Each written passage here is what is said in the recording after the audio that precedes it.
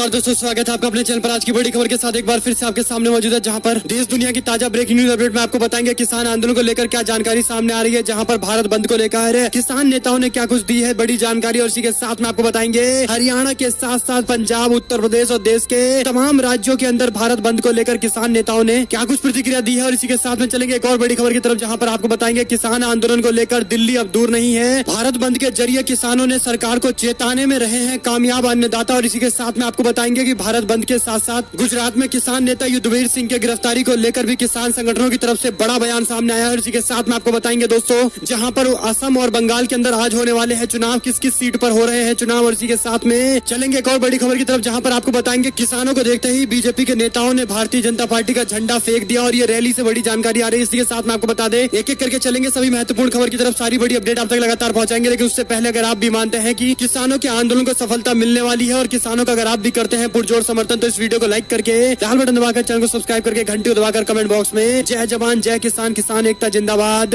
और किसानों की होगी जीत कमेंट बॉक्स में लिखकर समर्थन जरूर दर्ज कराइएगा। चलते हैं पहली और महत्वपूर्ण खबर की तरफ, जहां पर आपको बता दें कि हरियाणा, पंजाब के साथ साथ उत्तर प्रदेश और देश के तमाम राज्यों के अंदर भारत बंद का जबरदस्त असर देखने को मिला। कृषि कानून के विरोध में भारत बंद के कारण हरियाणा, पंजाब, उत्तर प्रदेश, राजस्थान जहां पर पूरी तरह से ठप दिखाई दिया, वहीं पर देश भर के अंदर कई जगह पर लोगों ने किसानों के आंदोलन का किया है जमकर समर्थन। और इसी के साथ में दुकानदारों ने भी अपनी दुकानों को बंद कर किसानों को किया है समर्थन। साथ ही साथ चलते हैं एक और बड़ी जानकारी की तरफ, जहां पर दोस्तों दिल्ली अब दूर नहीं है। भारत बंद के कारण किसानों ने सरकार पर बनाया है बड़ा दबाव, इस तरह की भी रिपोर्टें सामने आ रही है। और बड़े बड़े राजनीतिक पंडितों का भी मानना है कि किसानों के द्वारा बुलाए गए भारत बंद में जिस तरह से बड़ी सफलता मिली है, उसके बाद से सरकार को जल्द ही इस मामले को लेकर झुकना पड़ेगा। और एक और जानकारी की माने तो किसानों के भारत बंद को लेकर संयुक्त किसान मोर्चा की तरफ से जानकारी दी गई है। संयुक्त किसान मोर्चा ने इस पूरे मामले को लेकर अपना बयान जारी करते हुए सभी लोगों का धन्यवाद किया है इस भारत बंद के दौरान जिन लोगों ने किसानों का किया है समर्थन। और इसी के साथ में आम जनता के साथ साथ दुकानदार और मजदूरों के साथ साथ ट्रांसपोर्ट से जुड़े हुए लोगों के समर्थन को लेकर भी धन्यवाद करते हुए आभार मोर्चा की तरफ से जाहिर किया गया है। और इस दौरान आपको बता दें कि किसान मोर्चा ने मोदी सरकार को एक बार फिर से चेतावनी देते हुए कहा है कि कृषि कानून को जल्द से जल्द वापस लेना पड़ेगा। और इसी के साथ दोस्तों गुजरात के अंदर किसानों को संबोधित कर रहे बड़े किसान नेता युद्धवीर सिंह के गिरफ्तारी को लेकर संगठन की तरफ से भी जमकर विरोध करते हुए संयुक्त किसान मोर्चा ने इस पूरे मामले को लेकर आंदोलन को और तेज करने को लेकर हुंकार भर दी है। आपको बता दें कि भारतीय किसान यूनियन के नेता धर्मेंद्र मलिक ने बयान देते हुए कहा कि लोकतांत्रिक तरीके से देश भर के अंदर आंदोलन करना हमारा अधिकार है। और ऐसे में उन्होंने कहा कि किसी भी तरह की अलोकतांत्रिक हरकत करने वाले पर पुलिस की गिरफ्तारी समझ में आती है, लेकिन इस तरह से लोकतांत्रिक तरीके से जो भी विरोध कर रहा है, चाहे चौधरी युद्धवीर सिंह हो, उनके खिलाफ की गई इस कार्रवाई का हम करते हैं जमकर विरोध। और इसी के साथ में संयुक्त किसान मोर्चा ने स्पष्ट तौर पर कह दिया है कि सरकार अगर लोकतांत्रिक तरीके से हो रहे प्रदर्शन पर इस तरह की कार्रवाई करेगी तो आगे आने वाले दिनों के अंदर किसानों के आंदोलन को और तेज किया जाएगा। और इसी के साथ में किसान नेताओं की तरफ से आए इस बयान के बाद चौधरी युद्धवीर सिंह को छोड़ दिया गया है। और इस बीच एक और अपडेट है, जहां पर रेलवे भी पूरी तरह से भारत बंद के दौरान बंद दिखाई दिया। आपको बता दें कि पहले से ही कोविड के कारण देश के अंदर रेलवे बंद चल रहा है और ऐसे में किसान आंदोलन के कारण जो बची कुची ट्रेन भी चल रही है वह भी काफी प्रभावित देखने को मिली। इसी के साथ में चलते हैं एक और बड़ी अपडेट की तरफ, जहाँ पर आज 5 राज्यों के अंदर होने वाले चुनाव को लेकर बड़ी जानकारी है। आपको बता दें कि असम की 47 सीटों पर पहले चरण के मतदान आज सुबह से हो रहे हैं और ऐसे में ईवीएम में बड़े बड़े दिग्गजों के नतीजे कैद होने वाले हैं। असम की 47 सीटों पर हो रहा है चुनाव और इस बीच सुबह 6 बजे से लेकर शाम 6 बजे तक इस पर वोट डाले जाएंगे। आपको बता दें कि तकरीबन 81,09,815 वोटर्स हैं जो 264 उम्मीदवारों के किस्मत पर फैसला सुनाने वाले हैं। और इसी के साथ में दोस्तों आपको बता दें कि असम के साथ साथ पश्चिम बंगाल के अंदर भी आज 8 चरणों में से एक चरण पर हो रहा है मतदान, जिसमें 30 सीटों पर हो रही है वोटिंग। 72 लाख से ज्यादा वोटर्स के साथ 191 उम्मीदवारों की किस्मत का फैसला होने वाला है। आपको बता दें कि 800 से अधिक कंपनियों को तैनात किया गया है, जिसमें 732 कंपनियां केंद्रीय बल की है। और इसी के साथ में एक और अपडेट की माने तो पश्चिम बंगाल के अंदर 30 सीटों में से 27 सीटें टीएमसी के पास 2016 के चुनाव में थी और इस बार देखना होगा क्या नतीजे रहते हैं। आपको बता दें कि 29 सीटों पर बीजेपी ने उम्मीदवार उतारा है, जबकि तृणमूल कांग्रेस की ओर से भी 29 पर उम्मीदवार उतारे गए हैं। एक सीट पर तृणमूल कांग्रेस निर्दलीय उम्मीदवार का समर्थन कर रही है जयपुर सीट पर। वहीं पर दूसरी ओर भारतीय जनता पार्टी ने एक सीट पर अपने झारखंड के सहयोगी आजसू को चुनावी मैदान में उतारा है। और इसी के साथ में एक और अपडेट की माने तो असम के अंदर भी आज बड़े बड़े दिग्गज चुनावी मैदान में है, जिसमें मुख्यमंत्री सर्बानंद सोनोवाल चुनाव लड़ रहे हैं। और इसी के साथ में असम कांग्रेस कमेटी के प्रदेश अध्यक्ष रिपुन बोरा और भारतीय जनता पार्टी की सहयोगी पार्टी असम गण परिषद के अध्यक्ष अतुल बोरा, कार्यकारी अध्यक्ष केशव महंत और नवगठित असम जनता परिषद के अध्यक्ष गोगोई भी चुनावी मैदान में उतरे हुए हैं। जबकि असम के किसान नेता और रायजोर दल के अध्यक्ष अखिल गोगोई भी राज्य सरकार के मंत्री रंजीत दत्ता और नाबा डोली के साथ साथ कई और बड़े दिग्गज उम्मीदवार इस बार चुनावी मैदान में उतरे हुए हैं। यानी आज फैसला हो जाएगा प्रथम फेज के अंदर कि किस पार्टी को सबसे ज्यादा वोट मिलने वाला है और ऐसे में 47 सीटों पर होने वाले मतदान असम के अंदर तय करेंगे कि आगे किसकी जीत होने वाली है। इसी के साथ में चलते हैं एक और बड़ी जानकारी की तरफ, जिसमें प्रधानमंत्री नरेंद्र मोदी के बांग्लादेश के दौरे को लेकर संजय राउत का बड़ा बयान आया है। संजय राउत ने प्रधानमंत्री के बयान को लेकर भी तीखी टिप्पणी की है, जिसमें प्रधानमंत्री पश्चिम बंगाल में चुनाव के मद्देनजर अपने बांग्लादेश के दौरे में बता रहे थे कि उन्होंने 1971 के बांग्लादेश लिबरेशन वॉर के दौरान विरोध प्रदर्शन किया था और इस दौरान उन्होंने भाग भी लिया था। प्रधानमंत्री के इस बयान को लेकर तीखी टिप्पणी पूरे देश भर से लोगों की आ रही है और इस बीच शिवसेना के नेता संजय राउत का भी बयान आया है। उन्होंने कहा कि प्रधानमंत्री बांग्लादेश में जाकर बांग्लादेश के किसानों से बातचीत कर रहे हैं, लेकिन अपने देश के अंदर अपने किसानों से बातचीत करने के लिए प्रधानमंत्री के पास कोई समय नहीं है। उन्होंने यूपी विधानसभा चुनाव का उदाहरण देते हुए कहा कि अगर आपको याद होगा तो उत्तर प्रदेश के विधानसभा चुनाव के वक्त प्रधानमंत्री नेपाल के दौरे पर चले गए थे, क्योंकि नेपाल की सीमा उत्तर प्रदेश से आकर मिलती है। अब जब चुनाव पश्चिम बंगाल में हो रहे हैं तो प्रधानमंत्री पश्चिम बंगाल के चुनाव के मद्देनजर बांग्लादेश का दौरा कर रहे हैं। संजय राउत ने बांग्लादेश को लेकर भी टिप्पणी करते हुए कहा कि भारतीय जनता पार्टी निश्चित तौर पर प्रधानमंत्री के दौरे के साथ ही बांग्लादेश में प्रधानमंत्री के कार्यक्रम के माध्यम से पश्चिम बंगाल के चुनाव में फायदा उठाना चाहती है। और इसी के साथ में दोस्तों, प्रधानमंत्री के दौरे को लेकर आप लोग की क्या कुछ प्रतिक्रिया है, कमेंट बॉक्स में आप अपनी राय जरूर लिखिएगा। चलते हैं एक और महत्वपूर्ण खबर की तरफ, जहां पर सोशल मीडिया पर पश्चिम बंगाल के बड़े बड़े कलाकारों ने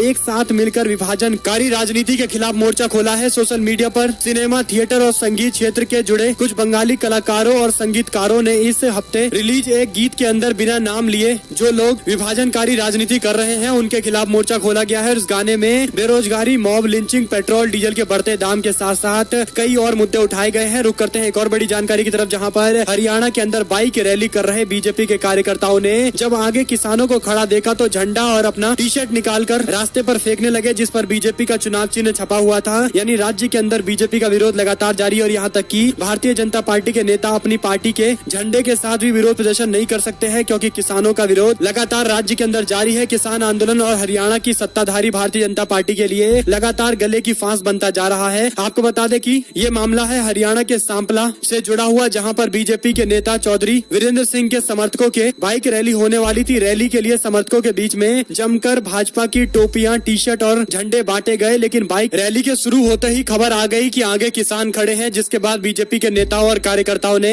अपनी टोपियां, झंडे उतारकर, टी शर्ट उतारकर फेंक दिए और इसी के साथ में तितर बितर हो गए। भारतीय जनता पार्टी के कार्यकर्ताओं के भागने का वीडियो सोशल मीडिया पर मनदीप पुनिया पत्रकार की तरफ से शेयर किया गया। आपको बता दें कि बीजेपी का विरोध लगातार राज्य के अंदर जारी है। और इस बीच एक और जानकारी की माने तो भारत बंद को लेकर राकेश टिकैत ने समर्थन में एक बड़ी बात कहते हुए कहा कि मजदूरों और किसानों के हक की लड़ाई के साथ में हम पुरजोर तरीके से खड़े हैं। और एक और अपडेट की माने तो मनमोहन सिंह ने असम के चुनाव को लेकर वीडियो जारी करते हुए असम की जनता से सिटीजनशिप अमेंडमेंट एक्ट के साथ साथ कई और मामले के मद्देनजर असम की जनता से अपील की है कि वह महाजोत यानी महागठबंधन के पक्ष में वोट करे। करीब 3 दशक तक राज्यसभा में असम का प्रतिनिधित्व करने वाले देश के पूर्व प्रधानमंत्री मनमोहन सिंह की तरफ से असम की जनता से अपील की गई है कि वह महागठबंधन यानी महाजोत के पक्ष में चुनावी वोट करे और असम में महागठबंधन की जीत सुनिश्चित करे। इसी के साथ में एक और अपडेट है, जहां पर विधानसभा चुनाव को लेकर भारतीय जनता पार्टी के 2 अलग अलग स्टैंड है। जहां पर बीजेपी असम में जाकर सिटीजनशिप अमेंडमेंट एक्ट को लेकर बिल्कुल भी चर्चा करने से बच रही है और इसी के साथ में बगल के राज्य पश्चिम बंगाल के अंदर जाकर सिटीजनशिप अमेंडमेंट एक्ट को लागू करने को लेकर डंके की चोट पर ऐलान किया जा रहा है। आपको बता दें कि ये तो पहली बड़ी खबर थी, लेकिन इससे बड़ी खबर ये है कि गौ हत्या के मामले को लेकर भी बीजेपी के 2 अलग अलग स्टैंड देखने को मिल रहे हैं। जहां पर हमने आपको बताया था कि किस तरह से केरल के अंदर बीजेपी के अपने ही उम्मीदवार चुनाव में जीतने के लिए कैसे कैसे बयान दे रहे हैं, लेकिन अभी अपडेट है जहां पर असम के अंदर भारतीय जनता पार्टी ने सिटीजनशिप अमेंडमेंट एक्ट को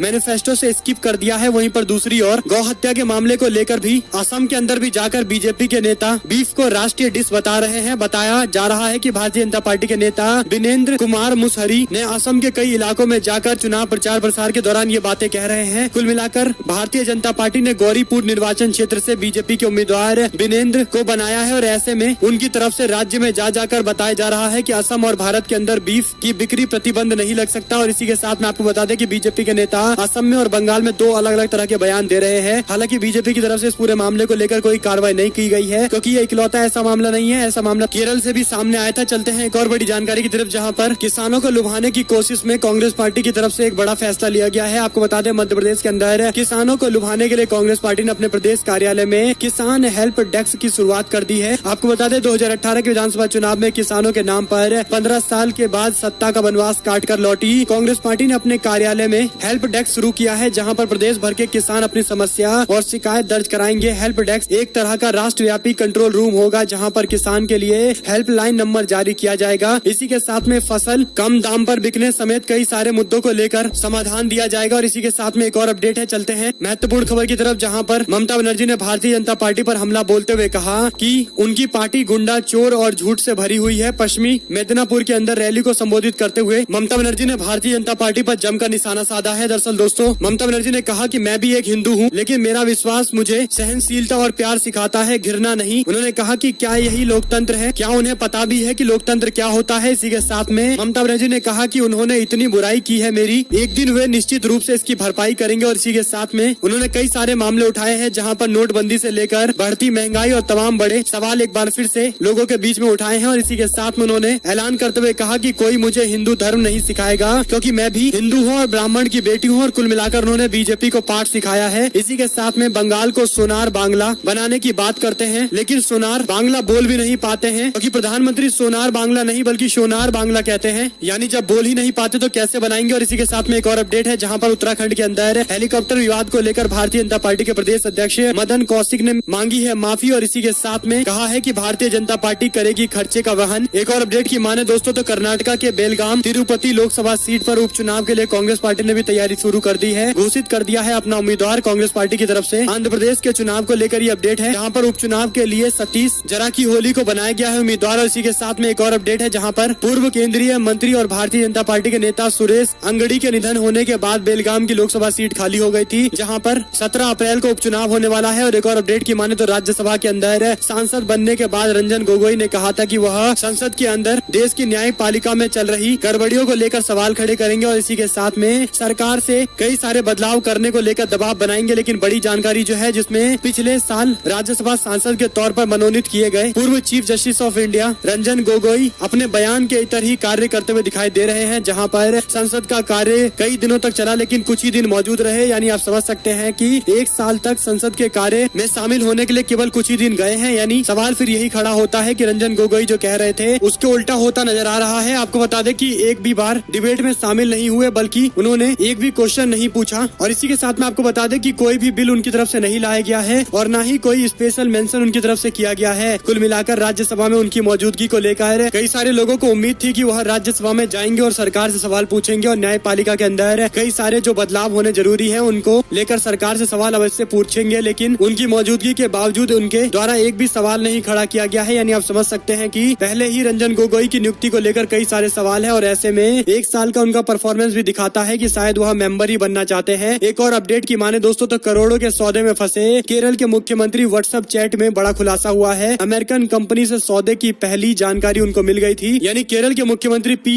विजयन के लिए बुरी खबर आ रही है, जहां पर हजारों करोड़ के सौदे में उनका नाम एक बार फिर से सामने आया है। हालांकि इस पूरे मामले को लेकर जांच में ही अंतिम नतीजे सामने आएंगे। और एक और अपडेट की माने तो बंगाल के दौरे को लेकर अमित शाह से पत्रकार ने पूछे सवाल, कहा कि आप इतने बड़े बड़े दावे करते हैं तो आप यहाँ घर खरीद कर रह क्यों नहीं लेते, क्योंकि बार बार आपको यहाँ आना पड़ता है। जिस पर अमित शाह ने कहा कि सीट के लिहाज से हम बंगाल में सबसे बड़ा और सबसे ज्यादा पर लड़ रहे हैं, मगर मुझे मालूम नहीं है कि दीदी को मेरे आने से यहाँ क्या परेशानी है। एक और जानकारी की माने तो गोवा में कांग्रेस को तगड़ा झटका लगा है, जहाँ पर आम आदमी पार्टी में शामिल हो गई प्रतिमा बेटसी। आम आदमी पार्टी में शामिल होने वाली प्रतिमा ने आम आदमी पार्टी के लिए कैंपेनिंग भी शुरू कर दी है। और इसी के साथ में उन्होंने दावा किया है कि आम आदमी पार्टी गोवा के अंदर एकमात्र विकल्प है राज्य में बीजेपी के खिलाफ और जनता को एक विपक्ष देने में। एक और जानकारी की माने तो उत्तर प्रदेश के अंदर ओम प्रकाश राजभर ने बीजेपी को बताया ना, कहा इनसे गठबंधन करना हमारी सबसे बड़ी भूल थी। सुहेल देव भारतीय समाज पार्टी के अध्यक्ष और उत्तर प्रदेश सरकार के पूर्व मंत्री ओम प्रकाश राजभर ने शुक्रवार को बीजेपी की तुलना नाग से करते हुए भारतीय जनता पार्टी के साथ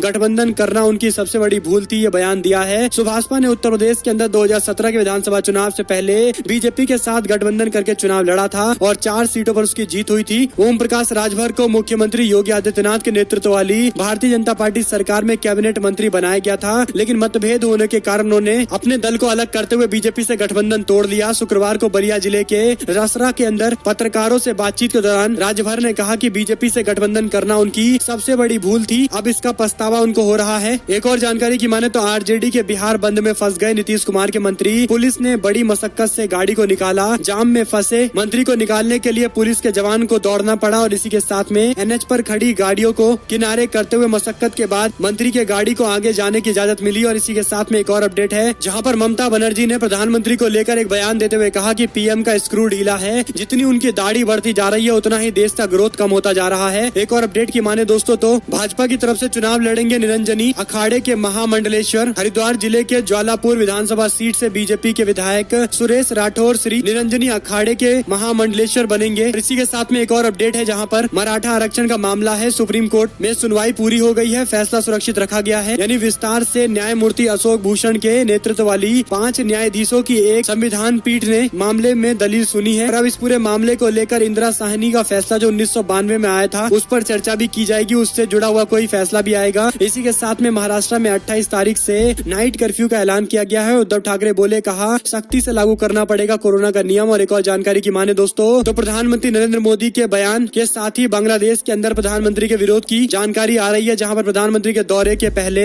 बांग्लादेश के अंदर कई सारे संगठनों ने विरोध किया है और इस दौरान जबरदस्त हिंसा की भी खबर सामने आई है। इसी के साथ में आपको बता दें कि कर्नाटका के अंदर कथित टेप के मामले को लेकर महिला ने कर्नाटका के एमएलए के खिलाफ केस दर्ज कराया है। वहीं पर परेश रावल को कोविड-19 पॉजिटिव हो गए हैं। उन्होंने कहा कि 10 दिनों के भीतर जो भी मेरे संपर्क में आया है वे सभी अपना जांच करा लीजिए। और इसी के साथ में दोस्तों यूपी में पंचायत चुनाव का ऐलान हो गया है। 15-19 अप्रैल को वोट डाले जाने वाले हैं और इसी के साथ में 2 मई को नतीजे आएंगे सामने। यानी कुल मिलाकर उत्तर प्रदेश के अंदर 1 साल बाद चुनाव होने वाले हैं और उससे पहले पंचायत चुनाव को लेकर भी सभी ने ताल ठोक दिया है। इसी के साथ में विधानसभा चुनाव से पहले इलेक्टोरल बॉन्ड की बिक्री पर रोक की याचिका को खारिज कर दिया गया है। और इसी के साथ में एक और जानकारी है, जहां पर आज बांग्लादेश के अंदर प्रधानमंत्री मतुआ समुदाय के मंदिर में जाएंगे, जिसे आज हो रहे विधानसभा चुनाव से जोड़कर देखा जा रहा है। और पश्चिम बंगाल में मतुआ समुदाय को साधने की कोशिश कर रहे हैं प्रधानमंत्री। हालांकि मतुआ समुदाय के बड़े बड़े नेताओं ने स्पष्ट तौर पर कह दिया था कि बीजेपी ने जिस तरह से टिकट बांटे हैं और मतुआ समुदाय के एक भी व्यक्ति को टिकट नहीं दिया है, उसके बाद राज्य के अंदर मतुआ समुदाय किसी के लिए बंद कर नहीं रहेगा, बल्कि कोई और भी विकल्प तलाशेगा। और एक और जानकारी की माने तो करनाल में बोले राकेश टिकैत, कहा लॉकडाउन अगर लगा दिया गया तो भी कोरोना के गाइडलाइंस का करेंगे पूरा पालन, लेकिन आंदोलन रहेगा जारी। और इसी के साथ में दोस्तों सारी बड़ी अपडेट आते हैं, इसकी जानकारी हमने आप तक पहुंचाई है। अगर आपको एक भी खबर अच्छी लगी हो तो इस वीडियो को लाइक करिएगा, लाल बटन दबाइए, चैनल को सब्सक्राइब करिए, घंटी को दबाइए और कमेंट बॉक्स में अपनी राय जरूर लिखिएगा। इसी के साथ में आपको बताते चले कि पश्चिम बंगाल, असम के साथ साथ ये सारे राज्यों की बड़ी अपडेट आ रही थी। अगर आपको एक भी खबर अच्छी लगी हो तो इस वीडियो को लाइक करके समर्थन दर्ज कराइएगा और अपने दोस्तों तक शेयर करना बिल्कुल मत भूलिएगा। आप लोग देख रहे थे आपको अपना चैनल जय हिंद, जय भारत, वंदे मातरम।